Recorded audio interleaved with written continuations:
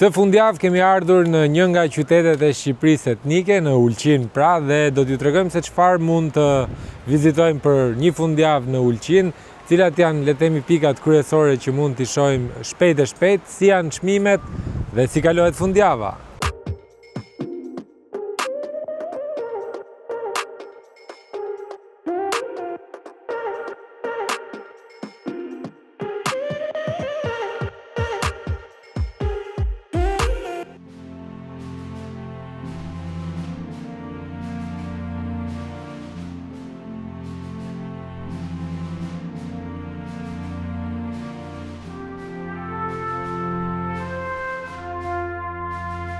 Sot, Ulqini është një komunë brenda Republikës së Malit të Zi. Edhe pse administrativisht nuk është pjesë e shtetit shqiptar, ai mbetet një nga qendrat kryesore të jetës kombëtare, kulturore dhe shoqërore të shqiptarëve në Mal të Zi, duke ruajtur një shumicë dërmuese të popullsisë shqiptare. Rreth 90% e popullsisë vendase janë shqiptar, ndaj nuk është as pak e nevojshme të flasësh gjuhë të tjera. Madje, edhe në këtë kafe ku bëm dalesën e parë, fjalët mikpritse, mirdita, si mund t'ju shërbej, të bëjnë të ndihesh si në shtëpi. Jo keq çmimet, 2 kafe një ujë të madh, 8 euro. Kjo ishte java e dytë që pushuesit kishin filluar banjon e diellit Buz Adriatikut në plazhin e vogël. Dhe tani është ai momenti ku duhet të gjejmë një strehës për sonte, pasi nuk kishim rezervuar më parë, por me pak vështirësi, ja ku e gjetëm. Bujtëm tek një ndërtesë shqiptarësh, Seize the Day Apartment.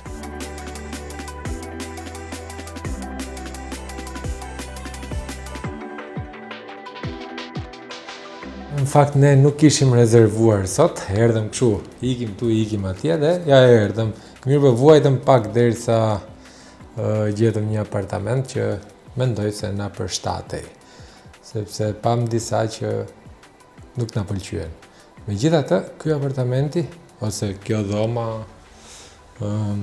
edhe çmimin e kishte shumë ekonomik, 30 euro. Ulqini është i vogël, por koha që kemi në dispozicion është e shkurtër. Ndaj, zbresim përsëri poshtë pasi kemi shumë për të parë.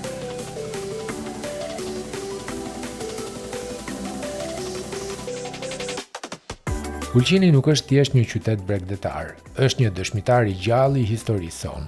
Të vish tu, do të thotë të prekësh kufijtë të asaj që ne e quajmë Shqipëri etnike, aty ku gjuha, doket dhe shpirti shqiptar i kanë bërë ballë kohës dhe dallgëve të Adriatikut për më shumë se 2500 vjet. Nëse muret e kësaj kalaje do të mund të flisnin, do të na tregonin për ilirët që vendosën gurët e parë gjigant pas një lidhse, duke krijuar një kështjell që sot e kësaj dite duket e pamposhtur. Ky qytet që deri në vitin 1880 ishte pjesë e vilajetit të Shkodrës, sot gjendet brenda kufinjve të Malit të Zi, por zemra e tij rreth shqip. Me mbi 24.000 banor në të gjithë komunën, Ulqini mbetet vatra më e madhe e shqiptarëve në këto treva. Duke ecur brenda kalas, do të ndesheni me paradokse magjepse. Shihni këtë ndërtesë. Nisi si kish, u kthye në xhami e sot është muze. Pak më tej ndodhemi në sheshin e sklavëve. Thuhet se këtu, mes tregtisë së piratëve të famshëm të Ulqinit, qëndroi dikur i burgosur edhe vet Miguel de Cervantes, autori i Don Kishotit. Por Ulqini nuk është vetëm gur dhe histori. Ai është një qytet që jeton. Edhe sot brenda këtyre mureve, familjet e vjetra hapin dyert e shtëpive të tyre, ku aroma e peshkut të freskët dhe mikpritja shqiptare të bëjnë të ndihesh menjëherë si në shtëpi.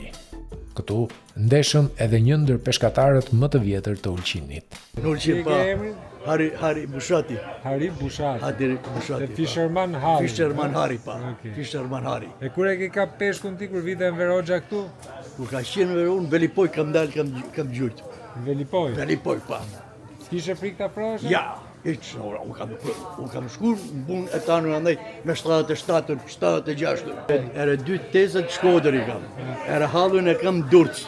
Okej. Me Do të thonë ti vjen Shkodër dhe në Durrës. Durrës, se vizri, e djali me ka ku shkollin Tiranë. Okej, bukur. Për çka ka studiu? Turizëm? Drejtësi. Drejtësi. Advokat. Atëherë, nëse vini te këtu te Fishermani në Ulqin, keni një super pamje perëndimit. Edhe lesh e kam hallur isu. Ashtu, ha? Kjo është shtëpisi gati e jemi. Po dhe ju shqiptarën, gjithë shqiptarën. Shkodra, ndam pa drejtësit, ha? Ulqini e Shkodra ka qenë përpara. Po na ndam pa drejtësit, na morë. Kur sheh këto pamje e kupton pse ky qytet u lakmua nga perandorit, u mbrojt nga lidhja Prizrenit dhe sot dashurohet nga çdo vizitor. Ulqini është vendi ku historia takon legjendën dhe ku çdo gur tregon një histori qendrese. Një qytet që administrativisht mund të jetë diku tjetër, por shpirtërisht ndetet një nga perlat më të bukura të trungut ton. Jemi pa ngrënë dhe do të shkojmë të konsumojmë drekën dhe darkën bashk tek Dulcinea ose Kalaja.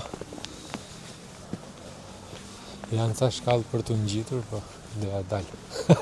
Ja ku erdhëm edhe tek restorant Dulcinea, dhe kjo është menuja, por ne ja lam për zgjedhjen në dorë kamarierit. Sigurisht ai fliste shqip dhe na solli një sallat fshati që ishte pak e vogël, një pjatë me patate, një çorbë, një makaron dhe një levrek e një koc, një shishe ujë dhe 2 gota verë. Ai është levreku, ha? Ky është koci, ky është levreku.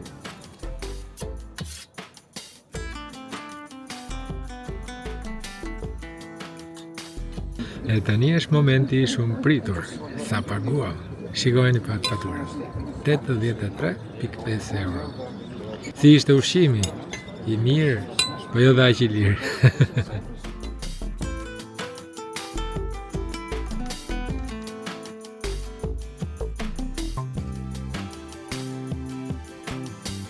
Pas darke, një shëtitje. Ulqini në darkë është një gërshëtim magjik mes historisë ilire dhe elegancës mesdhetare. Teksa shëtisim në pazar me një gelato në dorë, ndjen një honën e Venedikut që bashkjeton me shpirtin autokton shqiptar.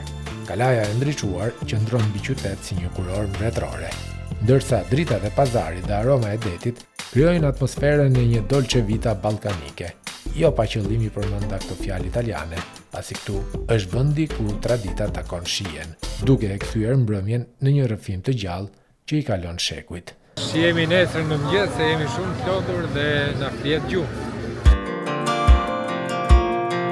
U zgjuam me këtë pamje të mrekullueshme të Adriatikut. Mëngjesin do ta konsumojmë buzdetit.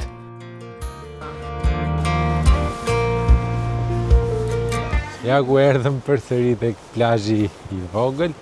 Në fakt do bëjmë rrezë dielli sot. Është pak ftohtë, kemi veshur xhupat freskët. Po kam përshtypjen se është freskia e mëngjesit. Sot është e diel dhe Ulqini që ka zgjuar shumë I qetë.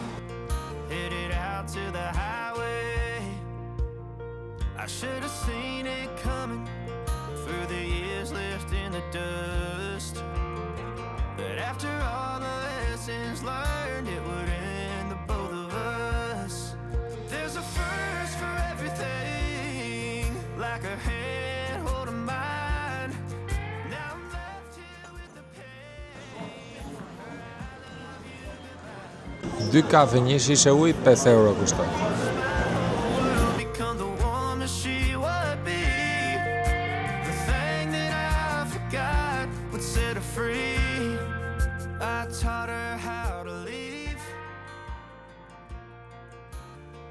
Po ikim nga Ulqini, nga plazhi I vogël pra I Ulqinit dhe zonja e shtëpisë na sugjeroi një plazhi I madh ose Velika Beach.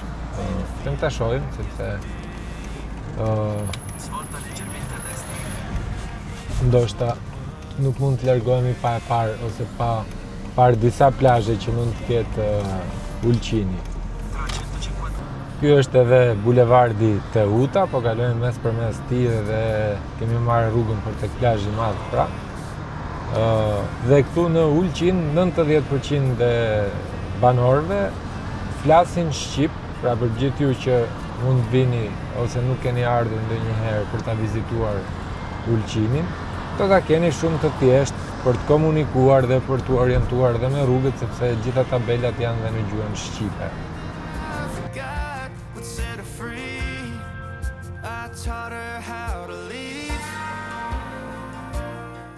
Ja ku erdhëm edhe te plazhi i madh, nuk ka gjurmë pushuesish, si duket nuk ka filluar akoma ose frekuentimi i këtij plazhit. Është i gjithi bosh, pothuajse. Tek këtu ka ndonjë pushues. Më mirë kështu. Përpara se t'ua tregoj plazhin e madh me dron, doja t'ju them dy fjalë për të. Është rreth 13 kilometra i gjatë, që do të thotë është një nga plazhet më të gjatë të Bregdetit Adriatikut dhe është shumë i frekuentuar për ata që kërkojnë qetësi, rehati, sepse sidomos për familjarët, sepse edhe deti është i cekët, është ranor, rërë e zezë kryesisht dhe ja vlen të vizitohet jashtë sezonit sepse këtu në kulmin e sezonit bëhet nami, domethënë. Plazhi i madh është një hapësirë pafundme që t'jep ndjesinë e lirisë absolute. Rreth 5-6 kilometra larg zhurmës së qytetit, ai karakterizohet nga një vijë bregdetare prej 12 apo 13 kilometrash, ku rëra e imët dhe errët nuk është thjesht bukuri, por një pasuri natyrore me veti kuruese për shëndetin. Uji këtu mbetet i cekët për disa metra, duke krijuar një pasqyrë të kaltër që të fton për ecje të gjata buzdetit. Dhe ky plazh është vendi ku ndryshon ritmi nga historia e ngjeshur e gurëve të kalas. Kalohet në qetësinë e egër të natyrës dhe të dunave të rërës që duket se nuk mbarojnë kurrë. Dhe tani është ai momenti ku horizonti hapet plotësisht dhe njeriu ndihet i vogël përballë madhështisë së Adriatikut. Ju e dini që kur vjen puna tek përshtypjet e mia, qoftë për një vend që vizitojmë së bashku apo qoftë për një restorant, janë shumë sinqerta. Dhe ndaj më duhet edhe tani që t'jem shumë i sinqert, ashtu si kundër kam qenë gjatë gjithë kësaj periudhe, në të gjitha videot. Ulqini shumë i bukur, shumë mikpritës njerëzit, tek e fundit janë shqiptarë si puna jonë, por plazhet ndoshta tek ne janë pak më të mira dhe ushqimi është pak më i mirë. Edhe çmimet ndoshta janë më të mira tek ne. Gjithsesi, ju lë takim në videon e ardhshme javën që vjen.